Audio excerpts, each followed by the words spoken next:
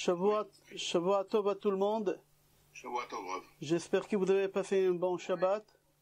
Shabbat Tov, Baruch Hashem. Shavua Tov, qu'on entend des bonnes nouvelles, Be'ezrat Hashem. Rabotai, Be'ezrat Hashem, cette semaine c'est Rosh Chodesh. Mercredi c'est Rosh Chodesh Av. C'est marqué dans la halacha Mishenechnas Av, Mema'atin Besimcha, depuis que le mois de Av il commence, on diminue dans la joie, mais on n'a pas le droit d'être triste. Dans n'importe quel moment dans la vie, il est strictement interdit d'être triste. Même Chaz Veshalom, quand on est en deuil, c'est marqué Shlosha Lebechi. On doit pleurer pendant 3 jours pour la personne qui est partie, mais pas plus que ça. On n'a pas le droit d'être triste. C'est strictement interdit d'être triste. C'est pour ça la halacha dit Mishenichnas Av, Mema'atin Besimcha. Et cette semaine, Be'ezrat Hashem, le mois de Av commence.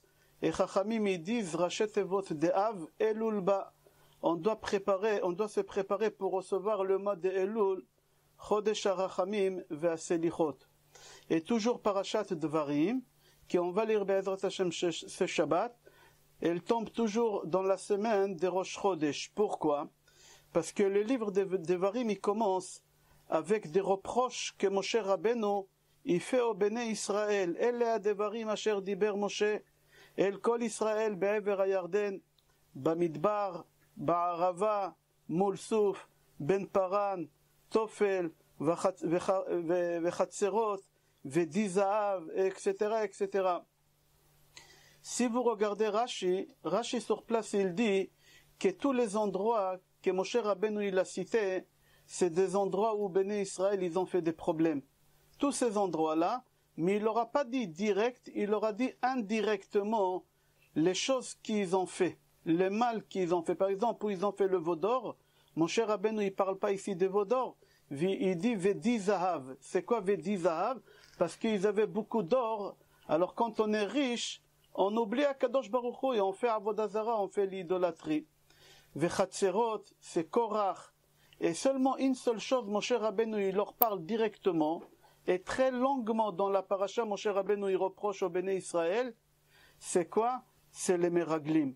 Les Meraglim, il leur a parlé longuement dans la paracha, vous allez voir dedans, Moshe Rabbeinu il leur a dit que l'histoire des Meraglim, Akadosh Baruch Hu, il n'a pas pardonné, il n'a pas réussi à obtenir d'Akadosh Baruch Hu le pardon. Akadosh Baruch Hu, tout de suite, il a puni. Pourquoi? Pour la simple raison, parce qu'on a pleuré. Akadosh Baruch Hu n'accepte pas le pleur. Et surtout quand on pleure pour rien du tout. Atem bechitem bechiya lechinam, ani eten lachem bechiya ledorot. Akadosh Baruch Hu, il a dit, quand les Meraglim ils sont venus, c'était le soir de Tisha B'Av, vous avez pleuré pour rien. Moi, je vais vous donner une raison pour pleurer jusqu'à la fin de temps, le soir de Tisha B'Av. Et c'est pour ça, on pleure le soir de Tisha B'Av. Alors, si Chaz Veshalom, d'ici jusqu'à 9 Av, le Mashiach ne viendra pas Chaz Veshalom, alors on sera encore obligé de s'asseoir par terre et de lire Echa Yashva Badad et de commencer à pleurer. Et quand on va lire Echa, il y a un passouk qui est bizarre dans Megillat Echa, c'est marqué là-bas Kera alay moed lishbor bachurai. C'est quoi moed? Nous on a l'habitude de savoir que moed c'est fête. אלה מועדי אדוני מקראי קודש אשר תקראו אותם במועדם. Moed, c'est fête. En réalité, le mot moed, c'est pas fête. Moed, c'est un ton. Alors, la fête, c'est un ton de joie. Ici, dans Echa, il appelle Tisha B'Av moed, c'est un ton. Le ton de quoi? Rashi sur place, il dit, le ton de pleurer. Il y a un ton pour faire la fête, c'est pendant toutes les fêtes, Ele moadei Adonai mikraei kodesh. Et il y a un temps, il y a un moed qu'on doit pleurer. Mais n'oubliez pas qu'il y a beaucoup de coutumes à Tisha B'Av, éveil de Tisha B'Av. Il y en a à Tisha B'Av, ils font pas de tachanunim. Certes, c'est un jour de deuil, c'est un jour de pleurs, mais quand même on appelle ça moed, un temps de pleurer, mais pas un temps de deuil. On fait pas tachanunim chez les Ashkenazim, par exemple, Shabbat, avant Tisha B'Av, ce Shabbat Parashat Devarim, les Ashkenazim, ils font pas Tzidkatra Tzedek. Parce qu'à Mincha, quand on dit 3 fois Tzidkatra Tzedek, c'est un deuil. Qui est mort Shabbat? Il y a 3 personnes qui sont morts Shabbat. Le premier Tzidkatra, c'est Tziduk Adin Adam Arishon. Le deuxième, c'est David Amelech. Et le troisième, c'est Yosef. Alors, comme dans la semaine, il y a une fête, il y a un Moed, il y a un temps, c'est Tisha B'Av, alors les Ashkenazim, ils disent pas Tzidkatra. Nous, les Sfaradim, on ne fait pas Tachanoun pendant Tisha B'Av. Les gens, ils remarquent pas ça, qu'on ne fait pas Tachanounim. Certes, on est en deuil, on est triste, on n'a pas le droit d'étudier la Torah, mais Shivat Nafesh, parce que ça ramène la joie. Mais on n'a pas le droit d'être triste. C'est strictement interdit, il y a des limites sur chaque chose.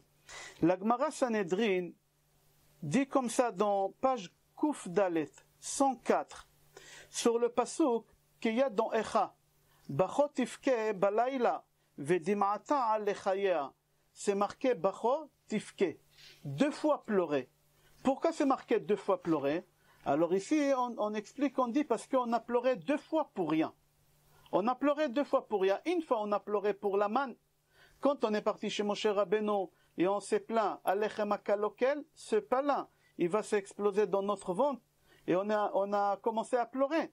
Dis-moi, ça fait 40 ans que tu manges le pain, la manne, et jamais tu te plains. Aujourd'hui, à la 40e année, tu pleures et tu te plains. Alors ça, c'est une fois qu'on a pleuré pour rien.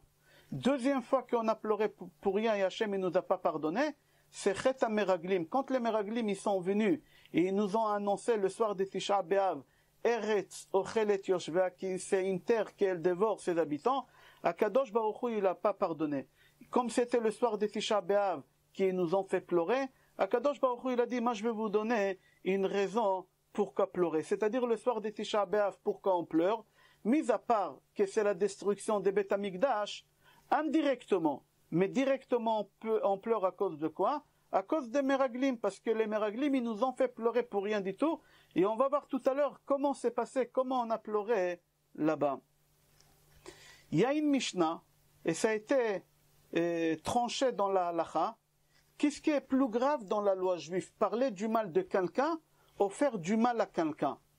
Si tu parles du mal d'une femme, tu dis c'est une femme pas sérieuse, c'est une femme facile, ou c'est plus grave d'aller avec une femme, d'avoir des rapports avec une femme, de violer une femme. Alors il faut savoir que parler du mal de quelqu'un, c'est marqué dans la Torah, Meshalem me'a slaim, tu dois payer 100 slaim. Quelqu'un qui l'a violé une femme, il doit payer 50 slaim. On ne va pas rentrer maintenant dans la finesse de la halacha, comment on peut autoriser une chose pareille, comment on peut parler sur une chose pareille, comment on peut ne pas être strict sur un viol. J'aimerais pas parler de ça. Qu'est-ce que j'aimerais tirer de cette halacha? Qu'on est obligé, c'est-à-dire de faire payer quelqu'un, mais un slaim quand il a parlé du mal d'une femme, et 50 slaim s'il a fait l'acte en lui-même. Parler, c'est pire que faire l'acte. La preuve aussi, nous on a parlé sur Eretz Israël, Akadosh Baruch Hu il nous a fait payer sur place, tout de suite, sur le champ. Tous les ans, il y a 15 000 qui mouraient, on va expliquer tout à l'heure. Mais Béné Israël, quand ils ont fait le veau d'or, Akadosh Baruch Hu il a étalé la punition jusqu'à la fin de temps.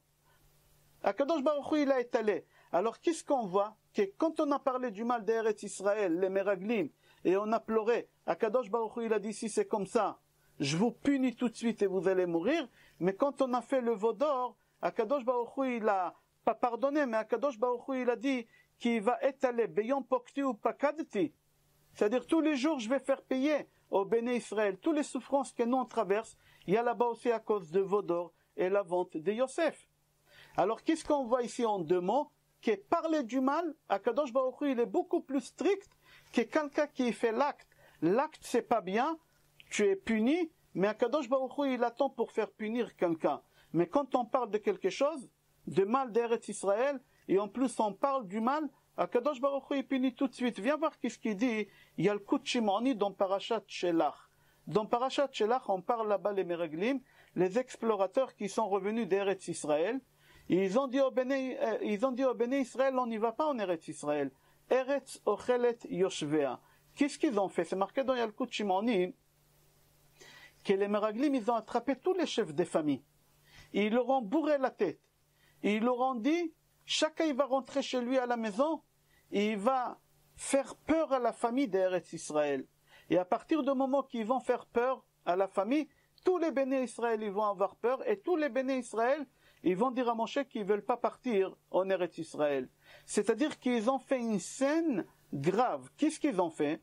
Ils ont dit à chaque chef de famille, tu rentres chez toi à la maison, tu t'allonges par terre, et tu cries, et tu pleures, et tu pleures, et tu pleures. Et quand la femme, elle venait voir son mari, mais qu'est-ce qui t'arrive? Pourquoi tu pleures? Et le mari disait, waouh, tu peux pas savoir. Et la femme, mais qu'est-ce que tu as dit? Et lui, il pleure. Et la femme, quand elle voit son mari qui pleure, elle panique, elle pleure avec lui. Et les enfants, ils voient ça, ils lèvent leur père par terre, et le père, il fait exprès pour tomber, pour montrer qu'il n'a pas la force de se lever. Il pleure, et les enfants, ils disent, papa, maman, mais pourquoi vous pleurez? La mère, elle ne sait pas pourquoi elle pleure, et le père, il pleure pour rien. Alors les enfants commencent à pleurer aussi, et toute la famille, elle crie, elle pleure, et les voisins, ils entendent eux aussi, et tous les bénis Israël, ils ont commencé à crier, à pleurer pour rien du tout. Et Akadosh Baruch Hu, il n'a pas aimé cette scène qu'ils ont fait les Meraglim. Akadosh Baruch Hu, il leur a dit, vous avez pleuré pour rien, moi je vais vous donner une raison maintenant que vous allez s'asseoir par terre, et vous allez pleurer. C'est pour ça, Tisha B'Av, on est assis par terre et on pleure. Parce que c'est comme ça qu'ils ont fait les chefs des familles. Ils ont rentré à la maison, ils se sont allongés par terre, ils ont commencé à pleurer. La femme, elle n'a pas compris qu'est-ce qui se passe. Elle s'est mise à côté de son mari par terre. Elle pleure sans savoir pourquoi. C'est le mari qui pleure pour rien. Et les enfants, ils pleurent avec eux. Akadosh Baruch Hu leur a dit, si c'est comme ça, tous les soirs des 8 Av, vous allez pleurer. Aussi, moi, je vais vous donner une raison pourquoi pleurer. Et tout de suite, Hachem, il les a punis. Comment? On était 600 000 hommes. C'est les hommes qui ont fait en sorte que tout le monde pleure. La femme, elle n'a pas compris pourquoi elle pleure. Elle a vu son mari qui pleure. Elle a pleuré avec lui. Mais elle ne savait pas en réalité ce qui se passe. Alors, Akadosh Baruch Hu, il a puni tout de suite tout le monde. Comment? Que les 600 000 hommes, chaque année, ils doivent mourir. Si tu prends 600 000 hommes sur 40 ans, il y a à peu près 15 500 qui doivent mourir. Un peu moins. À peu près 15 000 qui doivent mourir. Tous les 8 Av, Moshe Rabbeinu aya motzi kruz, Moshe Rabbeinu il faisait sortir une annonce que tous les hommes vont creuser une tombe et ils vont s'allonger dedans. Tous les hommes ils creusaient une tombe, ils s'allongeaient, tout le monde y sortait le lendemain, mis à part 15 000 et quelques. Pourquoi tout ça? Parce qu'ils ont pleuré pour rien. Akadosh Baruch Hu, il leur a dit, vous avez pleuré pour rien, moi je vais vous donner une raison. Maintenant, tous les 15 000 familles qui ont perdu leur chair, ils ont pleuré. Et jusqu'à aujourd'hui, on pleure le 8 au soir. On est assis par terre à la synagogue et à la maison, on dort par terre, et on lit Echa, on pleure, et on prie à Kadosh Baruch Hu. Chachamim, il raconte, quand Nebuchadnezzar il est venu, il a détruit le Beth Amikdash, et il nous a ramenés en exil vers la Babylonie, c'est marqué que toute la route, il nous a interdit de pleurer. Nebuchadnezzar, il nous a ramenés avec Nebuzaradan. Il a demandé à Nebuzaradan de nous ramener en Babylonie. Et c'est lui qui pleure sur la route, on le battait jusqu'à qu'il mourait. Toute la route d'Yerushalayim, jusqu'à la Babylonie, on n'avait pas le droit de pleurer. C'est lui qui pleurait. Nebuzaradan, il mettait des soldats qui le battaient jusqu'à qu'il mourait. Alors les Bnei Israël, ils ont demandé à Nebuzaradan, pourquoi tu nous frappes? Pourquoi tu nous frappes? Pourquoi tu ne nous laisses pas pleurer? Ça doit te faire plaisir de nous voir pleurer. Il leur a dit non, parce que je sais que votre Dieu, il est sensible. Quand un juif il pleure, Akadosh Baruch Hu, il écoute. Et moi, je ne veux pas qu'Hachem vous écoute et qu'il vous ramène à Yerushalayim. Moi, ma mission à moi, c'est de vous ramener en Babylonie. Alors, tout celui qui a pleuré sur la route, on le battait et il pleurait. Il y a plein de parents qui voulaient pleurer sur la mort de leurs enfants, qui sont morts sur la route, parce que la route, elle était très difficile. Il y a beaucoup des enfants qui n'ont pas tenu sur la route. Ils étaient faibles, ils sont morts. Et des parents, ils ont voulu pleurer pour leurs enfants, ils ne pouvaient pas pleurer. Alors, d'angoisse, les parents eux-mêmes, ils mouraient. Il y en avait des centaines, des milliers de juifs qui sont morts sur la route de Yerushalayim jusqu'à qu'ils sont arrivés à Babylonie. Quand ils sont arrivés en Babylonie, David Amelech, il dit dans Tihilim, Al Naharot Bavel, Sham yashavnu gam bachinu bezochrenu et Tzion. Al Naharot Bavel, même quand on est arrivé en Babylonie, sur le fleuve de Babylonie, on a pleuré. Pourquoi? Quand Béné Israël, ils sont arrivés en Babylonie, ils avaient soif. Ils ont voulu boire de l'eau du fleuve, et ils ont bu, mais l'eau, elle n'était pas potable. Et ils sont morts là-bas. Alors, même sur les fleuves, on a continué à pleurer. Ils ont pleuré pour qui? Ils ont pleuré pour toutes les personnes qui sont mortes sur la route, et ils ont pleuré pour les personnes qui sont mortes ici sur le fleuve. Alors on a dit que dans Echa on dit Bachot ifke balayla. Pourquoi je t'ai priot? Ils ont pleuré 2 fois, parce que même dans le désert, ils ont pleuré 2 fois pour rien. La première fois, c'était pour Lechem HaKalokel, et la deuxième fois, ils ont pleuré pour les Meraglim, pour les explorateurs, pour rien. Ici aussi, Bachot ifke, ils ont pleuré pour les personnes qui sont mortes sur la route, et ils ont pleuré parce qu'ils ont bu de l'eau des fleuves des Babyloniens qui n'étaient pas consommables. Alors là, maintenant, on voit qu'Akadosh Baruch Hu ne pardonne pas. Quand quelqu'un il est triste, quand quelqu'un il pleure, pour rien du tout, Akadosh Baruch Hu ne pardonne à rien du tout. Maintenant, on a parlé de la destruction du premier Beth Amikdash. Venez, on va voir ce qui se passe au deuxième Beth Amikdash. Il y a un Midrash qu'il a écrit, Rav Chaim Kanievski Shlita, dans son livre qui s'appelle Ta'ama Dikra. Rav Chaim Kanievski Shlita, il a écrit un livre qui s'appelle Ta'ama Dikra, et dans le livre, il écrit quelque chose là-bas qui est très, très, très, très étonnant. Il dit, il faut que tu saches que le prophète de l'époque de la destruction de Beth Amikdash, c'était Yirmiyahu, c'est les Haftarot, qu'on est en train de lire pendant les 3 semaines. Tlata de Puranuta, les 3 semaines, c'est Yirmiyahu. Yirmiyahu, c'était le prophète qui nous a annoncé la destruction de Beth Amikdash. Rav Chaim Kanievski dit que Yirmiyahu, quand il avait 11 ans, c'était le voisin de Nebuchadnezzar. Ils ont habité dans une cité. Nebuchadnezzar, c'était un enfant pauvre. Nebuchadnezzar, c'était un enfant d'une famille pauvre qui habitait dans une cité. Jérémie aussi, Yirmiyahu, quand il avait 11 ans, ils avaient le même âge. Nebuchadnezzar et Yirmiyahu, ils avaient 11 ans, c'était des voisins. Ils ont habité dans la même cité. Un jour, Nebuchadnezzar dit à Yirmiyahu, ils étaient encore petits, il lui dit, le jour que je deviendrai roi, la première chose que je ferai, je vais détruire Yerushalayim et je vais égorger tous les Juifs. Et s'il reste des Juifs, je vais les ramener en exil en Babylonie. Regardez un enfant à quoi il pense. La haine qu'on lui a mis en lui, un enfant de 11 ans. Tout d'abord un enfant des cités qui rêve à devenir le roi du monde. Mais il faut être un peu... Quand on a des fantasmes de notre niveau. On ne va pas aussi loin comme ça dire « je serai le roi du monde ». C'est-à-dire que tu seras le roi du monde. Qui tu es? Tu habites dans une cité. Bon, d'accord, tu vas devenir le roi du monde. Kiff? Non, son kiff à lui, c'est quoi? C'est d'égorger les Juifs, de détruire le Beth Amikdash, de faire exiler les Ben Israël. Comme ça, il dit Rav Chaim Kanievski. Yirmiyahu Hanavi, il a vu dans la parole de Nebuchadnezzar qu'est-ce qu'il dit, ça va se réaliser. Jérémie, il a vu. Jérémie, il avait peur. Il a dit, écoute, on est copains, viens, on va se mettre d'accord. Si un jour tu vas devenir le roi du monde, Jérémie, il lui a pas confirmé qu'il va être le roi du monde, mais il lui a dit si. Mais Jérémie, il savait qu'il va devenir le roi du monde. Il a dit, si un jour tu deviens le roi du monde, laisse-moi Yerushalayim, prends tout Israël, laisse-moi Yerushalayim. Il lui dit, non, je te laisse pas Yerushalayim.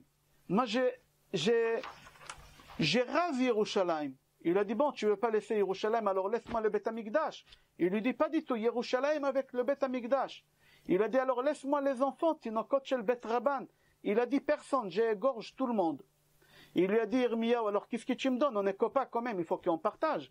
Tu prends Eretz Israël, tu prends Yerushalayim, tu prends le Beth Amikdash, tu prends les enfants, tu prends tout, tu me laisses quoi, moi? Il a dit, écoute-moi bien, les jours que je vais brûler le Beth Amikdash, les jours que je vais détruire le Beth Amikdash, tout ça c'est des fantasmes. Ils avaient 11 ans les deux. Mais Yirmiyahu, il savait que ça va se réaliser. Mais lui, Nebuchadnezzar, il parle comme ça. Nebuchadnezzar, il dit à Yirmiyahu, les jours que je vais détruire Yerushalayim, je te laisse prendre tout ce que tu veux de Yerushalayim jusqu'au coucher du soleil. Tout ce que tu arrives à sauver, tu prends pour toi. Alors Yirmiyahu, il a dit, toujours ça c'est de gagner, il n'y a pas de problème. Mais comme Hachem, il n'a pas voulu que Yirmiyahu, il sauve quelque chose de Yerushalayim, Akadosh Baruch Hu, il a envoyé Yirmiyahu quelque part pour faire une mission. Hachem, il a envoyé dans une ville qui s'appelle Anatot. Hachem, il a envoyé là-bas pour qu'il achète les terrains de son oncle Hananel. Sde Hananel, qu'il achète les champs. Hananel, son oncle, il est mort. Il fallait qu'il aille récupérer cet héritage. Hachem, il a fait exprès que ce soit le jour de Tisha B'Av. Le jour que le Beth Amikdash va être détruit. Et Anatot, c'était loin. Et quand Yirmiyahu il va à Anatot, il achète les terrains, il a tout pris ce qui appartenait à Hananel, son oncle. Au moment qu'il va vers Yerushalayim de loin, il voit Yerushalayim, il y a de la fumée. Il était content, il a dit, ah, Bnei Israël, ils ont fait tchouva, ils ont repris les sacrifices, Baruch Hashem. Mais quand ils s'approchent à Yerushalayim, ils sont des odeurs, pas des sacrifices. Ça sont des odeurs mauvaises. Il a compris que Nebuchadnezzar, il a passé à l'acte. Il a compris qu'il a brûlé le Beth Amikdash. Et il s'est rappelé qu'est-ce qu'il lui a dit quand il était petit. Tout de suite, Yirmiyahu, il a commencé à courir vers Yerushalayim. Mais le problème, quand il est arrivé au Beth Amikdash, le soleil il s'est couché et il n'a rien pu faire sauver de Yerushalayim. Jusqu'ici, c'est Rav Chaim Kanievski Shlita, dans son livre, il raconte cette midrash. Maintenant, je continue une autre midrash. Et il dit, il faut que tu saches qu'en réalité, Nebuchadnezzar, c'est pas lui qui a brûlé le Beth Amikdash. Akadosh Baruch Hu, il a envoyé 4 malachim. 4. Chaque malach, chaque ange, il avait une torche du feu dans sa main. Chacun, il est parti dans un coin de Beth Amikdash et il a allumé le feu. Et il y a une voix céleste qui est sortie et qui a dit à Nebuchadnezzar, Bait saruf sarafta, kemartachun tachanta. C'est-à-dire quoi? Il y a un ange, il y a une voix céleste qui est sortie et qui a dit à Nebuchadnezzar, tu crois que tu as brûlé la maison que tu as brûlée, elle était déjà brûlée. Bait saruf sarafta. Kemar, tu crois que tu as moulu la farine elle était déjà moulue. Tu crois que tu as détruit le Beth Amikdash, tu n'as rien fait. C'est Akadosh Baruch Hu qui a fait tout ça avec les malachim. C'est marqué là-bas que quand il a fini de brûler et de faire tout ce qu'il a voulu faire et égorger, alors il a pris tous les béné Israël d'Yerushalayim, il les a ramenés vers la Babylonie. C'est l'exil des Babylonies, on appelle ça. Et il a dit à son copain Yirmiyahu, toi tu n'es pas obligé d'aller en exil, je te laisse en Eretz Israël. Tu veux venir avec nous, viens. Tu veux rester ici, reste ici. Yirmiyahu, il a décidé de rester à Yerushalayim. Il n'a pas voulu laisser Yerushalayim seul. Alors là, les Bnei Israël, ils ont commencé à pleurer à Yirmiyahu. Ils ont dit, Yirmiyahu, tu nous laisses, tu t'en vas. Il faut pas nous... Il leur a dit, maintenant vous pleurez. Il fallait pleurer avant qu'on a détruit le Beth Amikdash. Si vous aurez pleuré avant la destruction des Beth Amikdash, aujourd'hui on ne serait pas arrivé à ce qu'on est arrivé. Comme ça, le Beth Amikdash, le premier, il a été détruit. Le deuxième Beth Amikdash, venez écouter qu'est-ce qu'il dit le Midrash Echa, Perek Aleph, Pasuk Chav Dalet. Amar Rabbi Shimon Bar Yochai. Rabbi Shimon Bar Yochai dit concernant le deuxième Beth Amikdash, tout ça c'était le premier Beth Amikdash. Ils ont pleuré toute la route jusqu'à Babylonie. On va voir tout à l'heure ce qui s'est passé. Le deuxième Beth Amikdash aussi, ils avaient des pleurs. Et il dit Rabbi Shimon Bar Yochai, Atem bechitem bechia lechinam, ani eten lachem bechia mamash. Vous avez pleuré pour rien, moi je vais vous donner une raison pour pleurer. Il faut que vous sachiez, si le Beth Amikdash il est détruit, et vous pleurez pour la destruction du Beth Amikdash parce que vous avez pleuré 2 fois pour rien du tout. Akadosh Baruch Hu ne supporte pas voir un juif pleurer, il dit Rabbi Shimon Bar Yochai. La première fois vous avez pleuré pour le pain, la deuxième fois vous avez pleuré pour les meraglim, et tout ça c'était pour rien du tout. Alors moi je vais vous donner une raison pour pleurer. Rabbi Shimon Bar Yochai pose la question, il dit, dis-moi, les juifs ils pleurent pour rien tout le temps. Jamais ils ont pleuré une vraie pleure. Bechia amitit, lo bachou. Alors il dit oui, ils ont pleuré aussi 2 fois. La première fois, quand Nebuchadnezzar nous a ramenés en Babylonie, on a traversé par Ephrat. Qui il est enterré à Ephrat? Rachel Imeno. Les Bnei Israël, ils ont rentré dans la tombe de notre mère, Rachel, et ils ont pleuré. C'est marqué là-bas, Kol barama nishma, nehi bechi tamrurim. Quand Nebuchadnezzar nous a ramenés en Babylonie sur la route, suite à ce qu'il lui a dit Nebuchadnezzar, alors on est rentré sur la tombe de notre mère Rachel et on a pleuré là-bas. Ça, c'était des vrais pleurs qu'on a pleuré, dit Rabbi Shimon Bar Yochai. La deuxième fois qu'on a pleuré, il dit, c'est quand on est arrivé en Babylonie. Al neharot Bavel, sham yashavnu gam bachinu. Sur les fleuves de Babel, on a pleuré. C'est quoi qu'on pleure qu'on a pleuré là-bas? C'était des vrais pleurs. Il dit Rabbi Shimon Bar Yochai. Voilà les 2 vrais pleurs. Akadosh Baruch Hu, il a dit, avec des larmes, pour rien vous avez détruit les 2 Beth Amikdash, et avec des vraies larmes, si vous allez pleurer, je vais vous donner le Beth Amikdash, je vais vous construire le Beth Amikdash. Comme il est dit, Ko amar Adonai, min'i kolech mi bechi, ve'enaich mi dim'a, ve'esh tikva la'acharitech.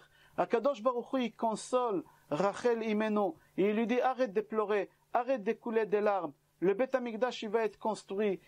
Veshavu banim eretz oyev. Tes enfants, ils vont revenir en Eretz Israël. Et il dit le Zohar à Kadosh, il faut que tu saches que la construction du 3e Beth Amikdash, elle va se faire qu'avec des larmes. Sans larmes, le Beth Amikdash, le troisième, il ne va pas être construit. Alors il dit le Zohar HaKadosh, c'est quoi le sod? C'est quoi le secret qu'on a dans des larmes? Il dit le Zohar HaKadosh, c'est lui qui a un stylo, il peut noter. Le Zohar HaKadosh, il a dit qu'il a pris toute la Torah. Et il a compté combien de fois c'est marqué dans la Torah pleure. La Shon Bechi, un langage de pleurer, combien de fois c'est marqué dans la Torah? Et il dit le Zohar HaKadosh, Rabbi Shimon Bar Yochai, j'ai trouvé 20 fois. Et il cite les 20 fois. Il dit comme ça, la première fois qu'on voit quelqu'un qui a pleuré, c'était Hagar. Hagar, la servante d'Abraham. Quand Abraham a venu, il l'a renvoyé de la maison, et elle a vu qu'elle avait plus d'eau dans la gourde, et elle a vu que son fils il est en train de mourir. C'est marqué qu'elle a jeté son fils sous un buisson, Vatissa et kola vatefk. Et elle a commencé à pleurer. La deuxième fois, il dit Rabbi Shimon Bar Yochai, les pleurs, on a vu chez Abraham Avinu. Vayavo Abraham, l'ispod le Sarah, velifkota. Abraham Avinu, quand il a entendu que sa femme Sarah, elle est morte, il est venu, et il a pleuré. Troisième fois, c'est marqué, au moment qu'Yaakov Avinu, il a pris les droits d'aînesse à Esav. Esav, il arrive chez son père, il dit à son père, papa, bénis-moi. Et son père lui dit, j'ai béni déjà quelqu'un d'autre. Et il dit à son père, papa, il n'y a plus de brachot pour moi. Et le père, il lui dit, il a tout pris l'autre. Et là, Esav, il commence à pleurer. Esav aussi, il a commencé à pleurer. Quatrième fois qu'on voit quelqu'un qui pleure, c'est Yaakov Avinu. Yaakov Avinu, la première fois de sa vie, qu'il voit sa bien-aimée, Rachel, il se met à pleurer. C'est marqué, Vaishak Yaakov le Rachel, Vaïsa et Kolo Vayefk. Quand il a vu Rachel, il a commencé à pleurer. La cinquième fois, les pleurs dans Parashat Vaishlach. Quand Yaakov il revient à la maison, après qu'il a travaillé toutes ces années chez Lavan, il rencontre sur la route qui son frère Esav. C'est marqué Vaichapkeu, Vaipol al Tzavarav, Vaichapkeu, Vaifku. Ils ont pleuré là-bas. Yaakov il a pleuré. Le Targum Yonatan ben Oziel, il dit pourquoi en pluriel pleurer. Yaakov il a pleuré sur la nuque de son frère Esav, pour des raisons on va expliquer tout à l'heure. Mais Esav il a pleuré pour rien du tout, parce qu'il a cassé ses dents. Là-bas le Midrash il dit qu'il a voulu mordre Yaakov et la nuque de Yaakov elle s'est transformée en marbre. Il a cassé ses dents, comme ça c'est marqué. Alors il y a des pleurs, comme ça il dit Rabbeinu Yonatan ben Oziel. La sixième fois qu'il y a des pleurs, c'est Yaakov Avinu, quand il a vu la tunique de son fils trempée dans du sang, c'est marqué là-bas, il a commencé à pleurer. Il a commencé à pleurer, comme ça c'est marqué là-bas. Il faut savoir encore des pleurs. On va chez Yosef Hatzadik. Lui aussi, il pleure. Si vous remarquez tous les pleurs qui ramènent ici Rabbi Shimon Bar Yochai, tous les pleurs qui ramènent ici, toujours c'est Yaakov, Yosef, Rachel, Binyamin aussi il a pleuré, on n'a pas ramené, Binyamin aussi il a pleuré. Tout le temps, les pleurs, ils sont autour de qui? Parmi les patriarches, c'est ou Yaakov, ou Binyamin, ou Rachel, ou Léa. C'est quoi ces quatre personnes-là? Le Zohar HaKadosh, il pose la question, il dit pourquoi? Il finit le Zohar HaKadosh, il dit, n'oublie pas que Yosef, il a pleuré 8 fois. Chaque fois quand il a vu ses frères, c'est marqué, Vaipol al Tzavarecha Vayef. Il est tombé sur la nuque de son frère et il a pleuré, comme ça. Et Binyamin, c'est marqué une seule fois qu'il a pleuré. Quand il était sur la nuque de Yosef, il a pleuré lui aussi. Encore des pleurs, quand est-ce? Les 8 fois que Yosef il pleure, c'est quoi le 8? Il dit le Zohar HaKadosh, quand les frères ils arrivent en Égypte, la première fois, et Yosef il les accuse des explorateurs. Il leur dit, vous êtes des Meraglim, vous êtes des explorateurs. Comme ça Yosef il leur dit. Et qu'est-ce qu'on voit là-bas? Réhouven, il leur dit à ses frères, je vous ai dit, il fallait pas vendre notre frère. Regarde, il nous accuse des explorateurs. Veinet damon nidrash, et voici maintenant, c'est la vengeance de Hachem. Yosef, quand il entend ça, c'est marqué là-bas, Vayetse Yosef Vayefk. Il est sorti de là-bas, il n'a pas pu se retenir, et il a pleuré. La deuxième fois, quand Binyamin il arrive en Égypte, c'est marqué, Vayimaher Yosef ki nichmeru rachamav alechav, Vayavo achadra Vayefk. Après 22 ans qu'il ne voit pas son frère, Binyamin, la première fois qu'il le voit après 22 ans, Yosef il commence à pleurer. La troisième fois, dans Parashat Vayigash, quand Yehuda il explique à son frère Yosef qu'il y a un seul frère qui est resté le petit à la maison, Yosef il n'a pas pu se retenir, Vaikra, Otziu kol ish me'alai, Vaiten et kolo bebechi. Il a pleuré, il a demandé de faire sortir tout le monde. La quatrième fois, quand il a vu son frère Binyamin, il l'a enlacé, il a pleuré encore sur lui. Binyamin aussi, il a pleuré. Les deux, ils ont pleuré. Chacun, il a pleuré sur un Beit Hamikdash. Cinquième fois que Yosef, il pleure. Quand Yosef, il voit tous ses frères en même temps, il pleure sur la nuque de chacun. Il pleure sur la nuque de chacun. La sixième fois, quand les frères, ils disent à Yosef, papa, il a dit, pardonne sur le péché qu'on t'a fait. Yosef, il commence à pleurer parce qu'il sait que c'est de mensonges. Parce que le père, il ne savait pas ce qui s'est passé. Jamais Yosef, il a raconté à son père. La septième fois que Yosef, il pleure, quand son père, il meurt, quand Yaakov, il est mort, c'est marqué, Vaïpol Yosef al pene aviv, Vayefk. Yosef, il est tombé sur le visage de son père Yaakov, il a pleuré et il a embrassé son père. La huitième fois que Yosef, il pleure, et la dernière que le Zohar HaKadosh, il nous ramène, après, quand les frères ils reviennent de l'enterrement, Yosef il continue à pleurer. Personne n'y pleure pendant l'enterrement. Personne n'y pleure pendant l'enterrement. Il n'y a que Yosef qui pleure. Le Zohar HaKadosh il dit, j'aimerais comprendre. Les frères ils ont perdu leur père. Personne n'y pleure pendant l'enterrement. Il n'y a que Yosef qui pleure pendant l'enterrement. Ok, il faut comprendre pourquoi Yosef il pleure autant et les frères ils pleurent pas du tout. Il faut comprendre. Il faut savoir. Parce que lui, il a vu que le Beit Hamikdash, il va être détruit, et eux, ils n'ont pas vu. C'est pas possible.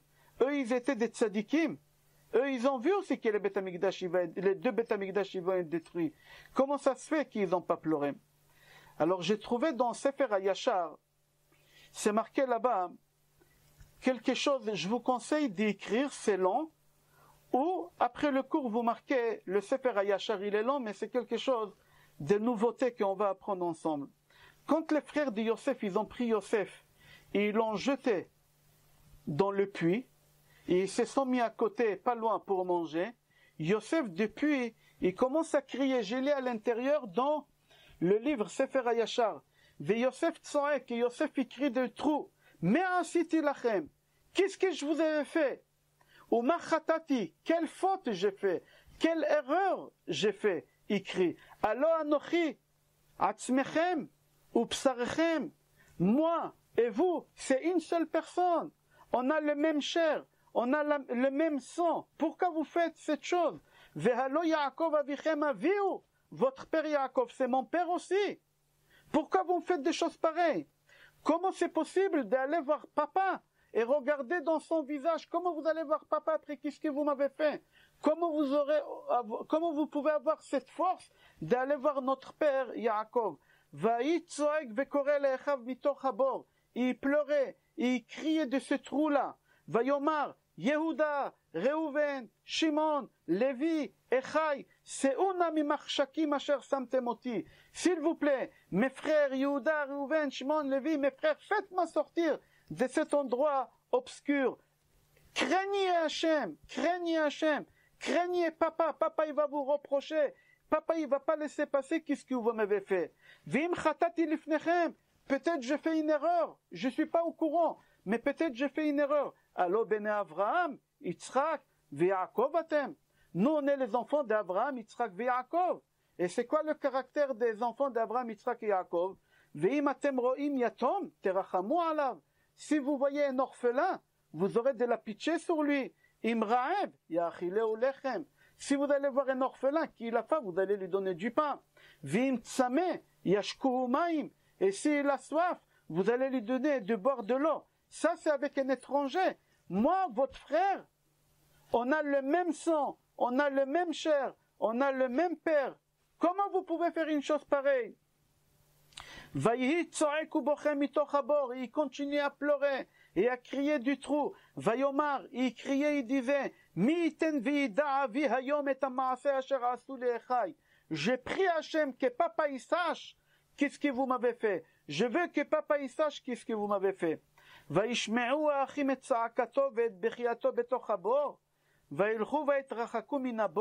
Les frères, ils ont entendu comment leur frère, Yosef, il pleure et il crie. Aucune pitié. Ils ont déplacé la table parce qu'ils ont dressé une table pour manger. Ils ont déplacé la table plus loin parce qu'il leur a dérangé avec le pleur et le cri. Ils n'ont pas voulu l'écouter. Personne ne s'est approché pour voir qu'est-ce qu'il a Yosef, pourquoi il pleure autant, pourquoi il crie autant. Ils l'ont laissé dans le trou et ils se sont éloignés. Quand ils se sont éloignés, il y a des voyageurs qui passent par là-bas. Les Ishmaélim, ils entendent quelqu'un qui pleure. Vayotziu minabor, ils l'ont fait sortir du trou. Et ils ont vu un bel homme. Et là, les frères, ils arrivent, et ils disent aux Ishmaélim, c'est à nous, laissez-le. Ils se sont disputés. À la fin, ils l'ont vendu aux Ishmaélim. Les frères de Yosef, ils ont vendu Yosef. Et là, Yosef, il commence la route vers l'Égypte. Il a été vendu encore 2 fois. On va expliquer pourquoi 2 fois. N'oubliez pas que le Beth Amikdash, il a été détruit 2 fois. Yosef et Beth Amikdash, ils sont très très liés d'après le Sod. On va expliquer tout à l'heure. Yosef, c'est 156. Tzion, c'est 156. Yosef et Beth Amikdash, c'est exactement la même chose. Ok, venez, on va voir ce qui s'est passé. Les Ishmaélim, ils prennent Yosef et ils font la route vers l'Égypte. Sur la route, ils l'ont vendu, mais avant de le vendre, regardez ce qu'il dit Kavayachar, le livre. C'est pas fini l'histoire, gardez le stylo dans la main. Vayavru bederech Ephrat. Ils ont passé par la ville d'Ephrat. Qui est enterré à Ephrat, on a dit tout à l'heure.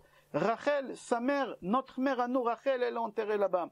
Yosef, quand il a vu la tombe de sa mère, Vayimaher vayarot Yosef el kever imo. Yosef, il a couru vers la tombe de sa mère. Vayipol ala kever vayef. Yosef, il s'est allongé sur la tombe de sa mère et il a commencé à pleurer sur le marbre froid. Il a commencé à pleurer. Vayitzak al kever imo. Et il a crié quand il était allongé sur la tombe de sa mère. Vayomar. Il disait, Imi, maman, yoladti, toi tu m'as ramené au monde. Kumi uri et bener, lève-toi maman, sors de ta tombe, regarde ton fils, comment mes frères ils m'ont vendu comme un esclave. Personne n'a eu de la pitié sur moi. Kumi uri, lève-toi maman, sors de ta tombe maman. Uri ve habiti elav, regarde-moi dans le visage maman, regarde mes yeux, regarde mes larmes. Uri et dmaot enaya nozlot alechayai. Maman, regarde combien les larmes coulent sur mes joues. Imi, maman. Uri, ve'akitsi. Lève-toi, arrête de sommeiller, maman. Kumi Uri, réveille-toi. Uri et bener, regarde ton fils. Ou prie Imi, maman, pleure avec moi. Pleure sur mes malheurs. Uri et lev echaya zarim. Et regarde le cœur cruel de mes frères. Uri Imi, Uri ve'akitsi meshenater. Maman, réveille-toi, maman, arrête de dormir. Lève-toi, maman. Ve'arri milchamter neged echai. Echacha shalchu oti mikutonti. Maman, lève-toi, défends-moi devant Hachem. Regarde mes frères, ils m'ont déshabillé, nus ils m'ont vendu. Ils m'ont vendu nu comme esclave. Zepa amaim. Vayafridu oti me'abba ve'en merachem li. Ils m'ont détaché de mon père et personne n'a eu de la pitié sur moi parmi tous les frères. Lechi el HaKadosh Baruch Hu. Maman, s'il te plaît, va chez Hachem. Vitanit et ta'aniti kenegdam. Et va causer ma cause devant Hachem. Uri et mi yachzik Elokim bamishpat. Et on va voir à qui Hachem y donne raison. À mes frères, qu'est-ce qu'ils m'ont fait? Ou à moi dans la situation où je me trouve. Kumi imi. Kumi akitsi mishenater. Maman, réveille-toi de ton sommeil. Arrête de dormir. Vayitzak vayef ki Yosef bechi gadol al imo. Yosef, il a commencé à pleurer là-bas, des pleurs très très forts, sur la tombe de sa mère. Vayechal ledaber. Il pouvait plus parler. Vayidom ka'even. Il est devenu silencieux comme le marbre. Al kever kemar libo. Sur la tombe de sa mère. Et quand il a commencé à dormir, qu'est-ce qui s'est passé là-bas? Il y a un problème sur l'écran, je crois. Non? Qu'est-ce qui s'est passé là-bas? Il s'est endormi. Il a commencé à s'endormir. Quand il a mis l'oreille sur la tombe, il a entendu que sa mère, elle répond. Rachel, elle répond. Vaishma Yosef kol medaber elav mitachat laaretz. Yosef, il a entendu quelqu'un qui lui parle de la terre. Et il lui dit, c'est sa mère Rachel, béni Yosef. Mon fils Yosef, béni mon fils, shamati et kol bechiatra, j'entends tes pleurs, ve et kol tsaakatra, j'entends tes cris, raïti dimatra, je vois aussi tes larmes, Yadati tsaratra beni, je sais tes malheurs que tu es en train de traverser, mon fils. Vaïtsar li alecha, j'ai le cœur qui est serré avec ce que tu es en train de traverser. Vayosef li yagon, rav ali agoni, tu me rajoutes encore sur le problème que j'ai, tu me rajoutes encore d'angoisse. Ve'ata beni, maintenant mon fils, chake la Hashem vitrolelo, attends, Hashem, il va te faire des miracles. Altira, n'aie pas peur mon fils, jamais il faut avoir peur de quelque chose. Ki Adonai imcha, car HaKadosh Baruch Hu, il est avec toi. Hu, yatzilotra mikol tsara. À partir du moment que tu te mettras entre les mains de HaKadosh Baruch Hu, il va te sauver de tous les problèmes. Et pour cela, mon fils, koum, lève-toi. Lech Mitzrayim im Adonecha. Va en Égypte avec ceux qui viennent de t'acheter. Ve'al tira, n'aie pas peur pendant toutes les années que tu es en Égypte, n'aie pas peur. Ki a Elohim imcha, car HaKadosh Baruch Hu, il est avec toi. Jusqu'ici, Rabotai, c'est le Sefer Hayashar. Yosef, c'est la seule personne parmi tous ses frères qui voit, par Ruach HaKodesh, que les deux Beth Amikdash, ils vont être, un qui était sur chez lui et un chez son frère Binyamin, ils vont être détruits. Que les deux Beth Amikdash, personne n'y l'a vu. Pourquoi que Yosef il voit, qu'est-ce qui va se passer avec les Beth Amikdash et ses frères ils ne voient pas? On a dit tout à l'heure, le Midrash Tanchuma, Parashat Vayigash, Kol ma shekara le Yosef betova, kara le Yerushalayim betova. Kol ma shekara le Yosef bera, kara le Yerushalayim bera. Toute la vie de Yosef en bien, la même chose il s'est passé avec Yerushalayim en bien. Tous les malheurs que Yosef il a eu dans sa vie, les mêmes malheurs Yerushalayim il a eu. Pourquoi? Il dit le Midrash, parce que Yerushalayim et Yosef, chada ninhu, c'est une seule personne. Le Beth Amikdash, Yerushalayim et Yosef, c'est une seule personne. Shavé béchavé. Le Midrash là-bas, vous pouvez regarder, j'ai donné les références, il ramène à peu près une centaine, un peu moins que 180 et quelques points communs entre Yerushalayim et entre Yosef. Nous, on va ramener quelques-uns. Yosef, quand ses frères y viennent, Yosef il vient, il leur dit, venez. Il pleure sur eux, il les embrasse, comme c'est marqué. Le Midrash dit, Yosef, il a fait la paix avec ses frères avec des pleurs et des larmes. Pourquoi Yosef tout le temps il pleure et il fait couler des larmes? C'est un signe, c'est un message que Yosef il veut nous transmettre à nous en 2020. Vous voulez le Beth Amikdash, c'est qu'avec des larmes. C'est qu'avec des larmes, il faut réclamer à Kadosh Baruch Hu le Beth Amikdash. Il faut réclamer à Kadosh Baruch Hu que Yerushalayim elle sera construite. Comme ça, Kadosh Baruch Hu il va nous répondre. Comme c'est marqué dans Jérémie, chapitre 31. Bebechi yavou betachanonim ovilam. Yosef Hatzadik, il a été vendu 2 fois. D'accord? On est sorti en exil 2 fois. Yosef, il a été vendu 2 fois. Les 2 Beth Amikdash, ils étaient détruits. La Gemara Avodah Zara dit, comme le premier Beth Amikdash, il a été détruit à cause des Shlosha Averot, Gilui Arayot, Shfichut Damim et Avodah Zara. Le deuxième Beth Amikdash, il a été détruit à cause de quoi? À cause de la haine gratuite. À cause de la haine gratuite. Le premier Beth Amikdash, les 3 péchés qu'on a fait, Gilui Arayot, Shfichut Damim et Avodah Zara, que c'est très grave. En 70 ans, Hachem il nous a pardonné. Vous imaginez 3 péchés graves on a fait. Gilui Arayot, Shfichut Damim et Avodah Zara. En 70 ans, on a fait tchouva et Akadosh Baruch Hu nous a ramené à Yerushalayim. Pour la haine gratuite, ça fait 2000 ans qu'on demande pardon et Hachem ne veut pas pardonner. Vous imaginez c'est quoi la haine gratuite? Le deuxième Beth Amikdash, il a été détruit à cause de la haine gratuite. Comment c'est possible? Ça fait 1954 ans, à peu près.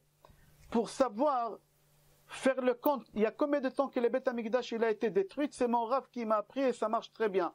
Prenez l'année civile, on est 2020, enlevez Chaim.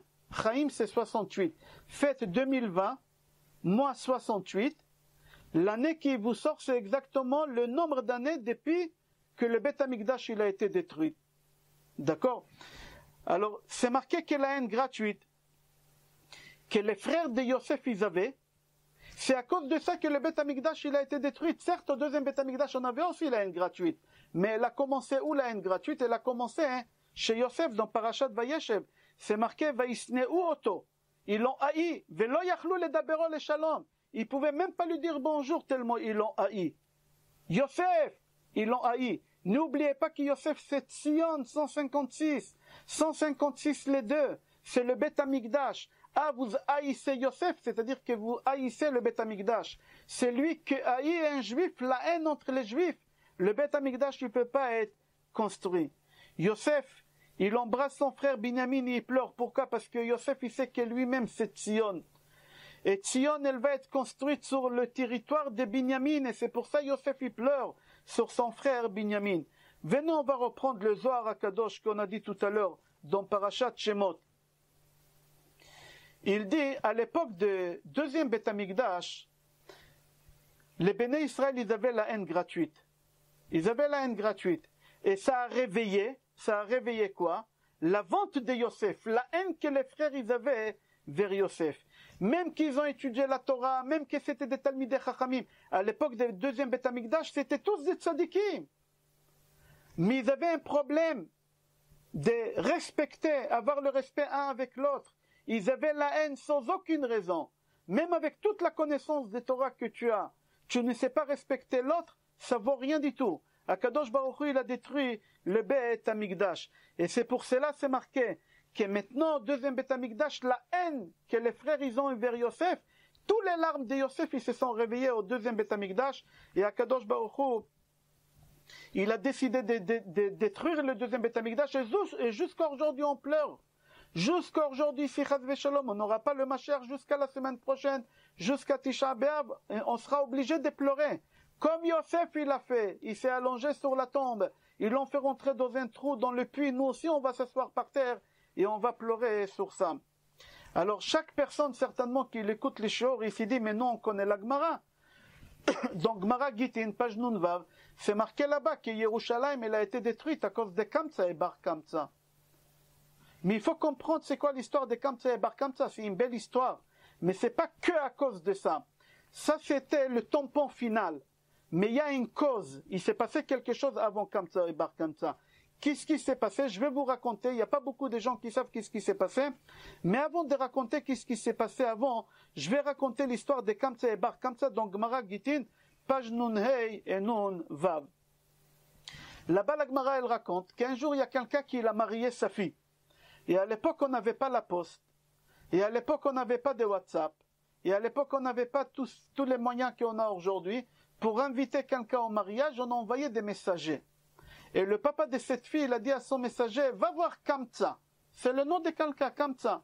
Dis à Kamtsa que je l'invite. Et le messager, au lieu d'aller inviter Kamtsa, il est parti inviter Bar, le fils Kamtsa, le fils de Kamtsa. Le problème que le papa de la mariée, il était en guerre avec le fils. Maintenant, le fils, comme il a vu qu'on m'a invité, il a dit, je vais. Il a dit, je vais. On m'a invité, je vais. Peut-être il veut faire la paix. Il est parti, ni plus ni moins, il s'est installé devant la table d'honneur, comme on dit. Il s'est installé là-bas. Dans la table d'honneur, il y a tous les rabbanim. Vous savez, les rabbanim de l'époque, c'était à l'époque de Beth Amikdash. C'était des Tanaïm. C'était des Tanaïm. C'était pas n'importe qui. Et lui, il s'assoit devant. Et le papa de la Kala, il rentre. Et il voit son ennemi, son pire ennemi. Il dit, mais qu'est-ce que tu fais là? Et il dit, mais tu m'as invité. Il a dit, non, je t'ai pas invité. Dégage dehors.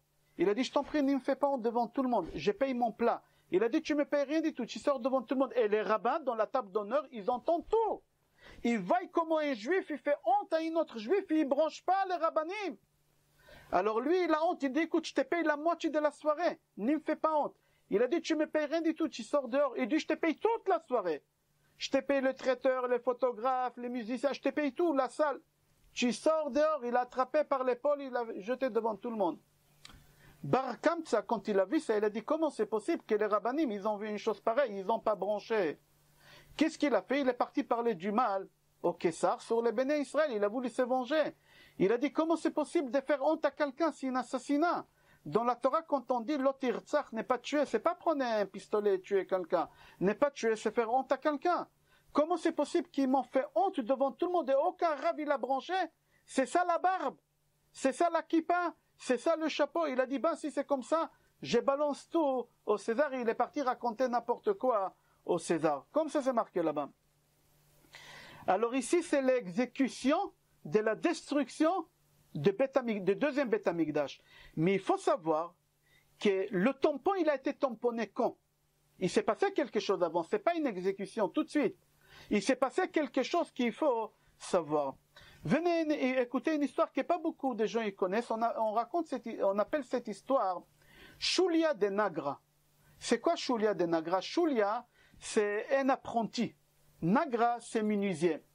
Écoutez l'histoire, qu'est-ce qui s'est passé à Yerushalayim. Il y a un bonhomme qui avait une menuiserie. C'est une vraie histoire. Et c'est là-bas où Akadosh Baruch Hu, il a tamponné. Boum, il a mis le tampon de la destruction de Beth Amikdash, mais l'exécution Akadosh Baruch Hu, il n'a pas donné. Quand Hashem, il a donné l'ordre de détruire le Beth Amikdash, après l'histoire de Kamtsa et Bar Kamtsa, que les rabbanim, ils n'ont pas bougé. Mais avant ça, il s'est passé quelque chose. C'est quoi? Shulia de Nagra. C'est quoi Shulia de Nagra? Il y a un bonhomme qui a une menuiserie. Et il a pris un apprenti. Un apprenti, on prend pour lui payer un peu. Pas lui payer le plein, le SMIC. On lui paye moins que le SMIC. Parce que ça marchait pas très bien, la menuiserie. Et la patronne, la femme des menuisiers, c'était une belle femme. Et l'apprenti, il a mis l'œil sur elle, il la voulait. Mais elle est mariée. Il ne peut pas prendre une femme mariée. Qu'est-ce qu'il a fait? Il a attendu. Il savait que le patron, il va couler. Il ne va pas tenir le coup. Quand le patron, il a commencé à tomber, le patron, il va voir son apprenti. Il lui dit un jour, tu m'as dit que tu as de l'argent de côté. Tu peux me dépanner pour reprendre l'affaire? L'apprenti, il lui dit, il n'y a pas de problème. Bien sûr, je te prête l'argent. Envoie-moi ta femme ce soir chez moi à la maison et je lui donne l'argent. Le Ben Ishra, il pose la question, il dit sur cette Gemara, pourquoi ta femme? Pourquoi pas le mari? Le Ben Ishra, il répond parce que le mari, il était en dépôt. Alors quelqu'un qui est en dépôt, il ne peut pas signer une garantie à quelqu'un. Mais sa femme, par contre, elle avait la ketouba. Il lui a dit, envoie-moi ta femme et je prends comme gage la ketouba. Si tu ne me rembourses pas, je prends la ketouba. Il a dit, bon d'accord, je t'envoie ma femme ce soir. Jusqu'ici, le Ben Ishra, et on reprend la Gemara. L'histoire. Le bonhomme, il envoie sa femme. Et l'apprenti, il prend la femme, il l'enferme dans une chambre et lui dit, attends, je suis en train de ramasser l'argent. La somme que ton mari me demande, elle est grande.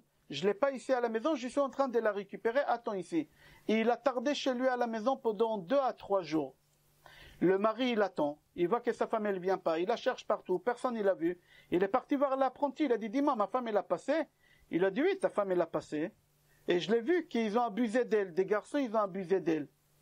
Il a dit, ma femme, ils ont abusé d'elle. Qu'est-ce que tu me conseilles de faire? Il a dit, je te conseille de la divorcer. Il a dit, je ne peux pas la divorcer. La ketouba, j'ai écrit une grande somme d'argent. Il lui dit, pas de problème, je te prête la grande somme d'argent et fais-la une guette.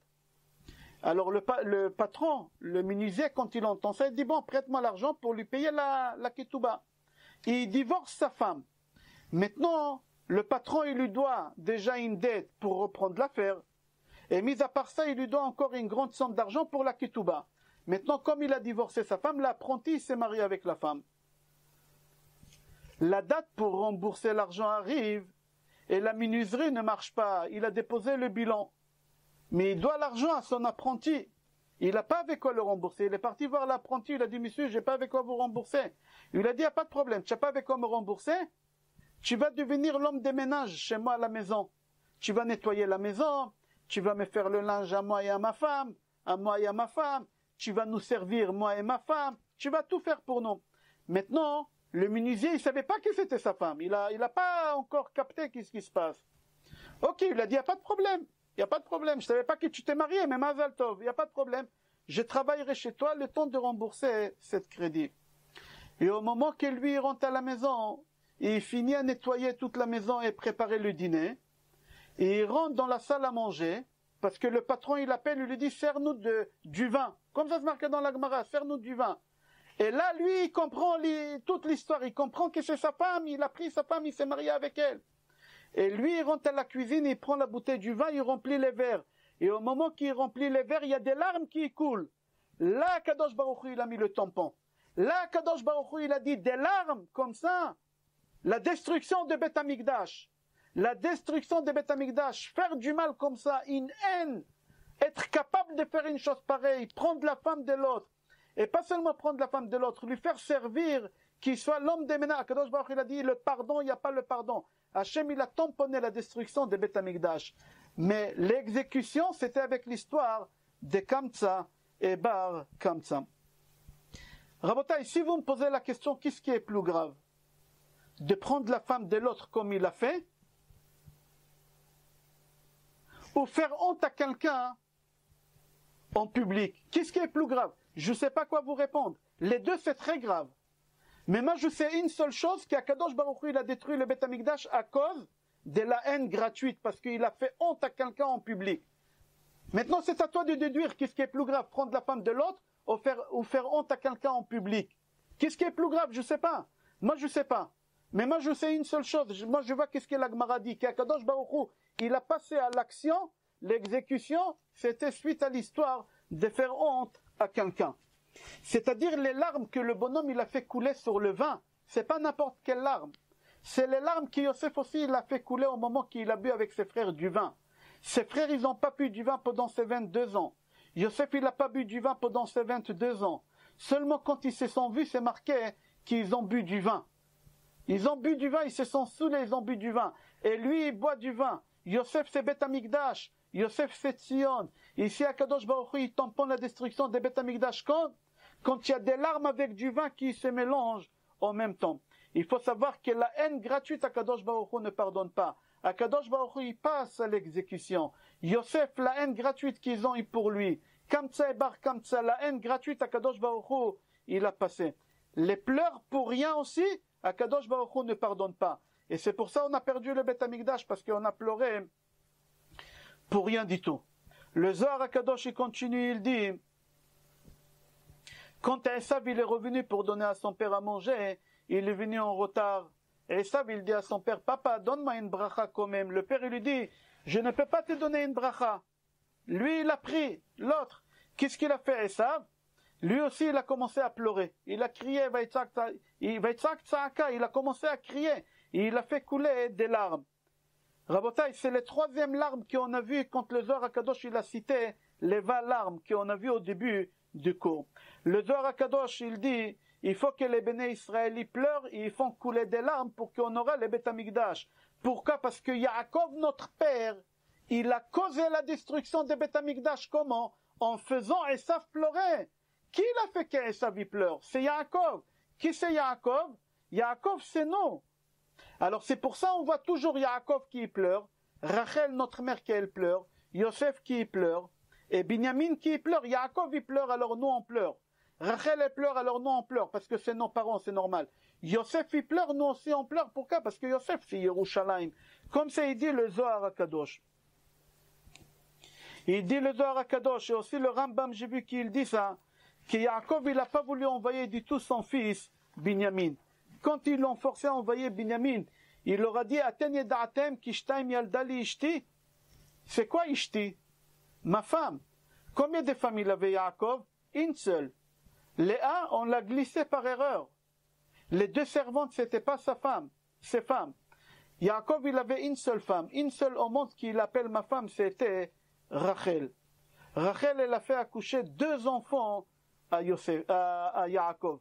Le Rambam dit, quand Yaakov il dit Ishti, nulle part dans la Torah on voit ce mot-là.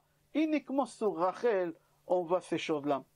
Quand la Torah aussi elle compte les tribus, qu'est-ce qui est marqué là-bas? C'est marqué les enfants de Rachel, la femme de Yaakov. Yosef et Binyamin. Il faut comprendre qu'est-ce qui se passe. Il dit le Zohar HaKadosh qu'il y a des péchés qu'Akadosh Baruch Hu il paye tout de suite. Il y a des péchés qu'Akadosh Baruch Hu il paye plus tard. Il y a des péchés qu'Akadosh Baruch Hu paye tout de suite et Akadosh Baruch Hu jamais il abandonne. Ou tu fais tchouva, alors Akadosh Baruch Hu il pardonne, ou tu fais pas tchouva et Akadosh Baruch Hu il punit. Mais abandonner, Akadosh Baruch Hu n'abandonne pas. Et ça, il a pleuré, il faut que quelqu'un paye. Et ça, il a pleuré, il faut que quelqu'un paye. Qui l'a payé 1000 ans après? Qui l'a pleuré?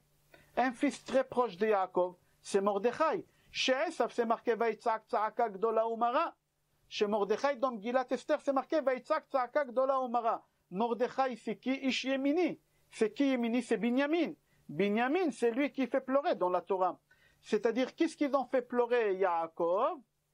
1000 ans après, nous on paye. Ou toute l'histoire de Megillat Esther, nous, là-bas, Mordechai, il pleure. Et c'est pour cela on comprend pourquoi Yaakov il pleure, Yosef il pleure, et Binyamin pleure. Venons, on va continuer. Il faut savoir, il dit le Zohar HaKadosh, sache qu'aucune goutte de larmes, elle va pour rien. Même Esav Aracha, qu'il a fait couler 2 larmes et demie. Il y en a qui disent qu'il y a 2 larmes qu'ils ont coulé, et la troisième, elle est restée au milieu. Il y en a qui disent qu'il y en a 3 larmes, et demi-larme qui est la coulée. Il y a une machloket. Pourquoi Esav il pleure? Parce que Esav il a cru dans les brachot de son père. Esav il avait la émouna. Esav avec toute sa méchanceté, il avait confiance sur les brachot. Même que Rachel, elle dit à son fils de faire ce qu'il a fait, Yaakov il lui dit, moi je voulais bénir Esav. Esav il a pleuré, c'est-à-dire que c'est du fond du cœur. Quand quelqu'un il pleure du fond du cœur, Akadosh Baruch Hu il répond. Venez, on va voir. On va continuer, on va voir.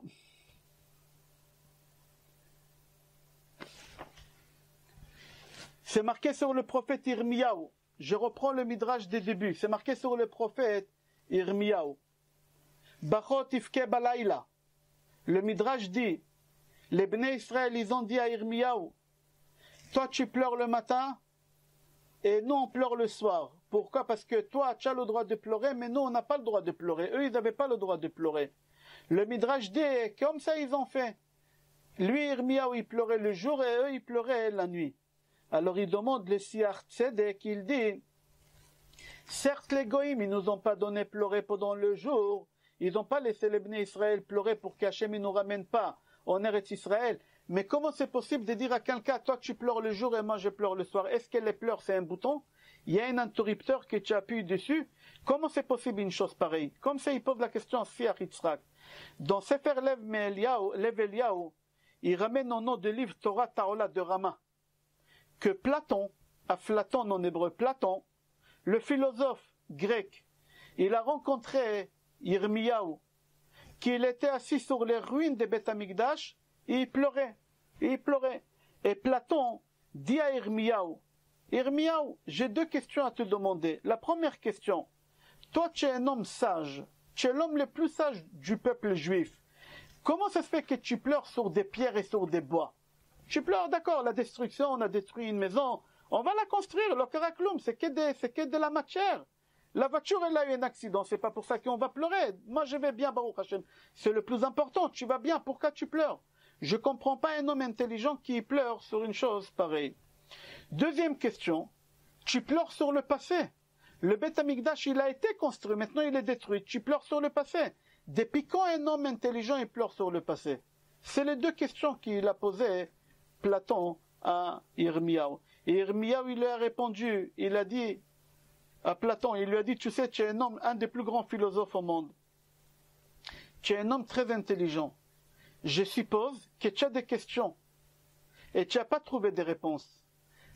Pose-moi n'importe quelle question dans n'importe quel domaine, je vais te répondre. Et Platon, il lui a dit, c'est vrai, j'ai des questions que jamais j'ai trouvé des réponses. Viens, on va voir si tu peux répondre. Et là, Platon, il pose les questions, et Irmiyahu, Jérémie, il lui répond sur toutes les questions. Irmiyahu, il était assis sur les ruines de Beth Amikdash, et il répond sur toutes les questions. Alors Platon, il lui dit, dis-moi, est-ce que tu es un être humain, toi?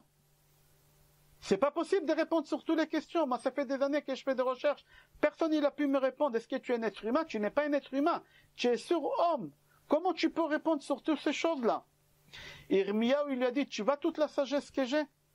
Tu vois les pierres et les bois là qui sont détruits, toute ma sagesse ça vient de ces pierres et ces bois là. Maintenant tu comprends pourquoi je pleure? Un goy il pourra jamais comprendre pourquoi on pleure à Tisha B'Av. Quand un goy il te va pleurer à Tisha B'Av assis par terre, il te va pleurer et il te pose la question pourquoi tu pleures et tu vas lui expliquer sur la destruction des Beth Amikdash, jamais il va comprendre. Il y a une histoire, il paraît comme ça, je ne sais pas si c'est vrai ou non. J'ai lu dans un livre que comment il s'appelait? J'ai oublié son nom. Et il a vu des Juifs pleurer le soir. Et il leur a dit, c'est le roi de France. Comment il s'appelle? Le roi de France. Ça va venir. Il les a vus pleurer. C'est coupé Marc. Tu peux débloquer Marc? Tu peux pas. Ah, il n'y a que moi que je peux débloquer. Ok, active. Je t'ai activé Marc. Napoléon. Bravo. J'ai un trou de mémoire. Napoléon Bonaparte. Napoléon, il est sorti un soir de son palais, et c'est une histoire connue. Et il a vu dans une synagogue, tout est éteint, et des gens qui crient. Il était étonné, il venait de finir une guerre importante, une guerre contre un pays très puissant. il était un peu comme ça, joyeux. Il est parti à la synagogue, il a vu des rabbins par terre. Il leur a dit, mais pourquoi vous pleurez? Qu'est-ce qui se passe? Ils ont dit, vous savez, il y a 1000 ans, il y a 1500 ans, on avait une maison à Yerushalayim. Ils l'ont expliqué. Il leur a dit, écoutez, je n'arrive pas à comprendre comment on peut pleurer après de tant d'années, des centaines d'années sur quelque chose pareil. Mais moi, je comprends une seule chose. Si quelqu'un il pleure sur quelque chose, à la fin, il va obtenir la chose. Je vois comment vous pleurez du fond du cœur. Je vous promets que vous allez obtenir cette chose. Un goy, qu'est-ce qu'il dit? Qu'est-ce qu'il dit Napoléon? Il dit, je ne comprends pas pourquoi vous pleurez. De toute façon, il a dit, Yirmiyahu. Il a dit à Platon, avec toute ta connaissance, avec toute ta philosophie, un goy ne comprendra jamais. Il faut être un juif pour comprendre Tisha B'Av. Même Napoléon, il a dit, je ne comprends pas. Il a dit, mais une seule chose, je comprends que quoi? Que quelqu'un qui pleure comme vous, il aura Be'ezrat Hashem, le Beth Amikdash. Alors sinon, on va pleurer. Il dit Rabbi Haim Falaji. Rabbi Haim Falaji, il rapporte un midrash dans Parashat Pekoudé. Il dit, si les béné Israël, ils vont pleurer à Kadosh Baruch Hu, et ils vont prier à Kadosh Baruch Hu, du fond du cœur, à Kadosh Baruch Hu, il va les écouter, il va leur donner les Beth Amikdash. Pourquoi Kadosh Baruch Hu, il ne nous donne pas les Beth Amikdash? Parce que quand tu prends quelqu'un, et tu lui poses la question, pourquoi tu pleures, pourquoi tu veux les Beth Amikdash, tu veux le Beth Amikdash, toujours tu vas avoir des réponses qui sont intéressées par eux-mêmes. Personne ne va pleurer qui veut le Beth Amikdash parce qu'Akadosh Baruch Hu, il n'a pas de maison. Akadosh Baruch Hu, il a juré, Shelo Yikanes bi Yerushalayim shel Ma'ala, Kol Zman Yerushalayim shel Mata lo bnuya. Akadosh Baruch Hu, il a juré qu'il ne rentrera pas à Yerushalayim tant qu'Yerushalayim de bas, il n'est pas construite. Est-ce que toi tu pleures pour Hachem parce qu'il n'a pas de maison? Est-ce que tu pleures à Hachem parce qu'il n'a pas de nom? Hachem, il n'a pas de nom. Le nom de Hachem, c'est Yudke, Vavke. Akadosh Baruch Hu, il a dit, En Shmi Maleh. Mon nom, il n'est pas entier. Il n'y a que Yudke, il manque le Vavke. Ve'en Kis'i Shalem. Le Kis'i d'Akadosh Baruch Hu, il n'est pas entier. Il n'y a pas 4 pieds, il n'y a que 3 pieds. Comme c'est marqué, Kes. Il manque le Aleph. Il manque le Aleph. Alors, quelqu'un qui veut vraiment le Beth Amikdash, il doit proclamer le Beth Amikdash en disant, Hachem, moi je veux le Beth Amikdash pour que ton nom il soit entier, Yudke Vavke. Je veux le Beth Amikdash pour que tu auras un trône à 4 pieds, qui soit entier. Je veux le Beth Amikdash pour que tu puisses rentrer chez toi, que tu auras une demeure à toi, que tu puisses rentrer là-bas. Il dit Rabbi Haim Falaji, Rabbi Shimon Bar Yochai aussi dans les Zohar HaKadosh, si tous on va proclamer de tout cœur, même le Rabbi de Lubavitch, Zatzali disait ça, si tout l'âme Israël, ils vont proclamer le Beth Amikdash, ils vont demander à Kadosh Baruch Hu, on veut le Mashiach maintenant, on veut Yerushalayim Bnouya maintenant, on veut le Mashiach maintenant, c'est impossible qu'Akadosh Baruch Hu ne répond pas. Impossible. Comme il a dit le Zohar HaKadosh, on a dit dans le cours plusieurs fois, le Beth Amikdash, il a été détruit à cause des larmes de Yosef, à cause des larmes qu'on a fait couler à l'époque des explorateurs, à cause des larmes qu'on a fait couler quand on a pleuré pour la manne, l'Echem HaKalokel, tout ça à cause des larmes. Et il dit, comme le Beth Amikdash, il a été détruit à cause des larmes, le Beth Amikdash, il va être construit grâce aux larmes. Rabotai, le cours, il est fini, mais j'aimerais ouvrir une parenthèse. Certainement, vous entendez les cours que j'envoie tous les matins, Be'ezrat Hashem, à peu près de 20 minutes. Là-bas, je parle de la simcha, simcha, simcha. On n'a pas le droit de pleurer, on n'a pas le droit d'être triste, on n'a pas le droit d'être dans l'anxiété. C'est strictement interdit. Et là, dans le cours, on vient de parler des larmes, des larmes, des larmes, des larmes. On a parlé beaucoup des larmes. Il faut savoir, Rabotai, contrôler ces larmes. Certes, Akadosh Baruch Hu, il veut des dmaot. Mais on peut construire le Beth Amikdash pas seulement avec des larmes, des pleurs et d'angoisse et de tristesse. On peut construire le Beth Amikdash avec des larmes, des joies.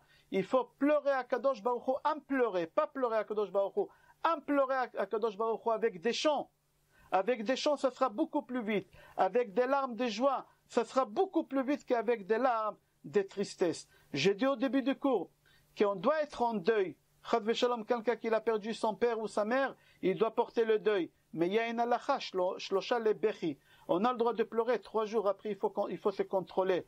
À Tisha B'Av, on pleure, mais il faut contrôler, ça s'appelle Moed. On ne fait pas des tachanunim. Il faut savoir, même David Amelech, il a dit.